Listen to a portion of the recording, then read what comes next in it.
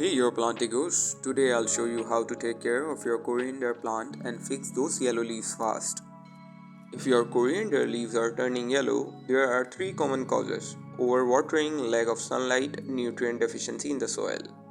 Overwatering is the first enemy. It damages the roots and stops the plants from absorbing nutrients. So always water only when the topsoils feels dry.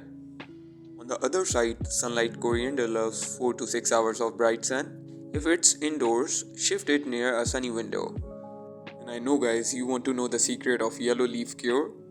Yes, we are talking about turmeric water.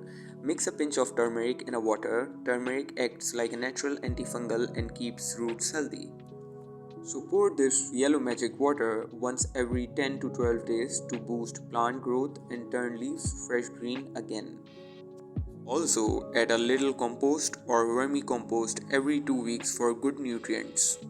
You can also remove dry yellow leaves to help new fresh ones grow faster. So that's how you keep your coriander green, healthy and lasting longer. Follow for more simple gardening tips.